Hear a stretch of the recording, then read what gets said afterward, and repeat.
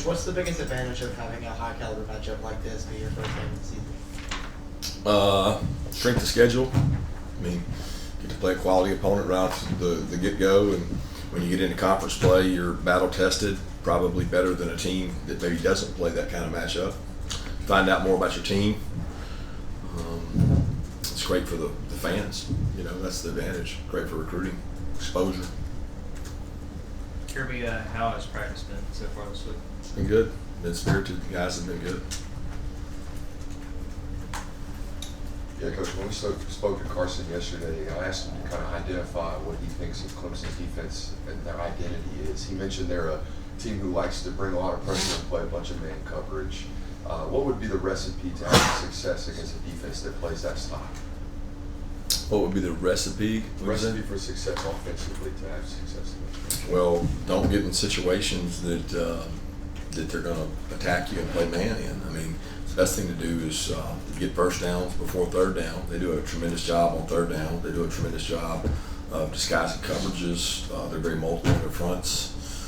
They're aggressive. They tackle well. I mean, a lot of their defense reminds me of ours. I mean, they're physical. They're well coached situationally in games. They know what they're doing. You can't say they're going to do this. You can't predict what they're going to do a lot of times. And I think good defenses aren't predictable.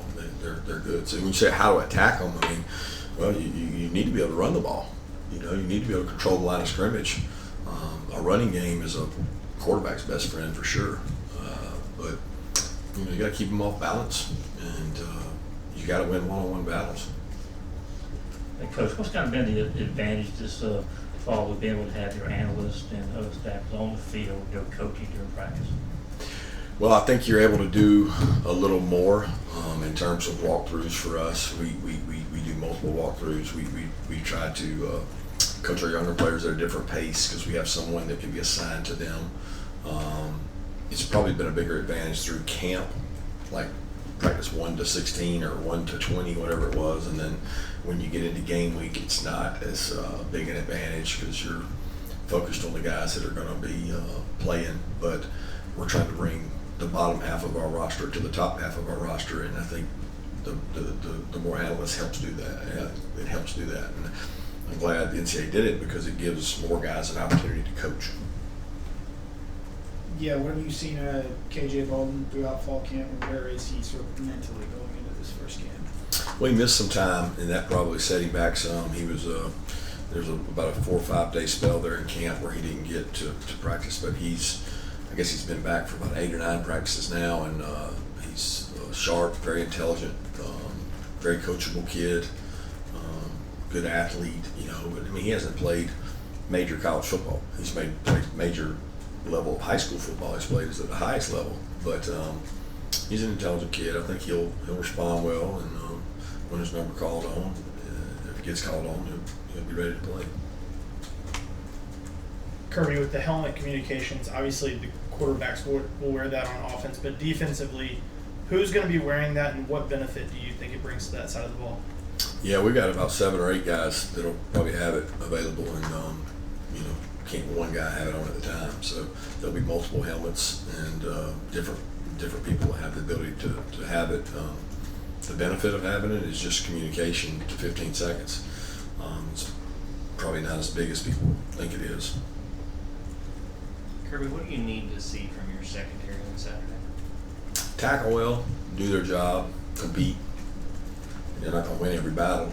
Not the positions you put guys in the secondary, and they got good wideouts, got a good quarterback. Just want to see them be resilient. I want to see a response time to positive and negative things that's really quick.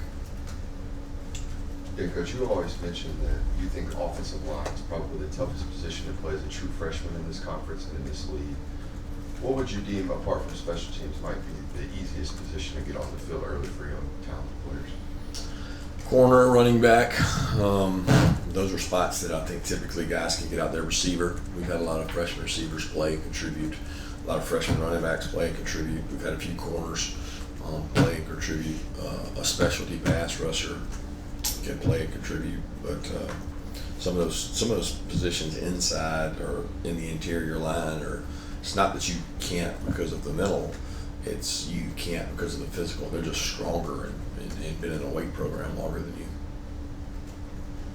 Kirby, I know some sort of injury availability report system's been talked about a lot. I know that this week wouldn't happen, but what's your sense of where that is, and what's your kind of general opinion on how it should go? My only opinion on where it is what I've been told, which is the conference games will have it. And the second part of that is, what is my general opinion about what? About it. What do you think about it? I'm great with it as long as we're all doing it. I have no issue with it. I don't think. I mean, Ron's going to be in charge of it for me. I don't look at it as because I think they're going to tie fines and things to it and all that. I just want to say, can the guy play or not? And if it's a game time decision, he goes out there and works out. He can't, then he can't. And I think everybody's trying to make this big deal about deception or like misleading. I mean, if I don't know if a guy can play, then I got to find out before the game. If he can play, then he's going to go out there and play. But I mean, we've had countless numbers of guys that have gone out before the game to work out to find out if they can play or not, and we'll abide by the rules they give us. It's the same as the NFL's. So they've done it for years, and if it keeps pressure off of our kids from people reaching out to them, trying to get information from betting sites and trying to gain information, there is no gain if you've got accurate information. So it protects our kids. I'm for it. Kirby, getting down in the weeds on special teams, what's it look like for you at kickoff specialist, long snapper, returner? I know you brought in some transfers in some of those spots. Yeah, they're competing for that day by day, right up until the end. Peyton's done a great job. Ham kid's done a great job kicking off at field goals. The transfer we got, and both those guys have done a tremendous job. Peyton will be doing our field goal kicking. Kickoff is probably still to be determined. In terms of long snapping, we've got 3 really good long snappers who have all snapped, and a couple of them snapped in games. And we'll see how that plays out, whether it's different for field goal and punt. Is that the 3 you're talking about? Returners also. Yeah, we've got multiple guys back there. Malachi, Anthony, Sokobi, Mike Jackson. Cash has been back there on kickoff. Dylan Bell's been back there on kickoff. ETN does kickoff. So we've got a lot of guys that do the KOR, and we'll decide closer to the game based on the scheme which guys we put back there. Coach, you talked a few times about Cash and how people outside the building here may kind of overlook him a little bit. I was wondering, when he first got here, when you brought him in as a walk-on, was there like an eye-opening moment for you to kind of let you know that, hey, this kid may be more than what we thought? Yeah, I can't remember it. I mean, I don't know that it was the first year. I do remember Dale coming to me and telling me he had a kid from Texas that wanted to walk on, and I had not met him, and he came in, and man, what a awesome kid. He's been in our program, and the wow moments for me are the first moments I remember are the second spring when he was getting a lot of reps in spring practice and made a lot of plays. Got unbelievable toughness. His ability to run in between the tackles has been really good. I think he's hard to see back there. He's tough.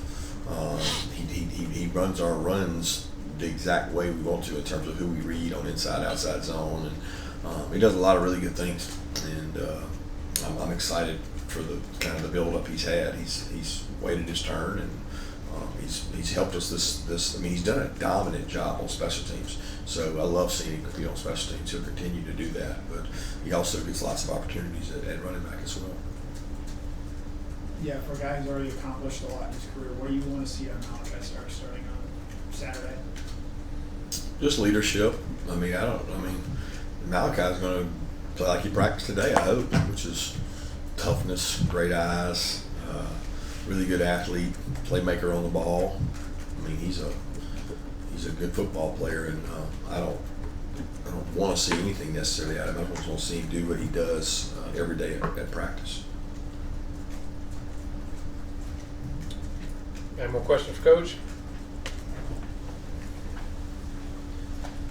Get back to the return game, punt return game just a little bit. Anthony, I remember in the SEC championship game, had a really nice return against Alabama. He's seen the same kind of flash in that regard during practice so far this fall. Yeah, I think that was a little different circumstance than just a normal punt return, but he's done good things. We've always been a good decision maker. He's called a lot of punts. So has Jacoby, Malachi, Mike Jackson, Dom. They've all done a really good job back there in terms of getting reps. But Anthony is explosive, quick, tough, stick his nose in there, and does a good job. So I'm excited to see him play the wide receiver position. All right, thank you, Coach. Yes, sir.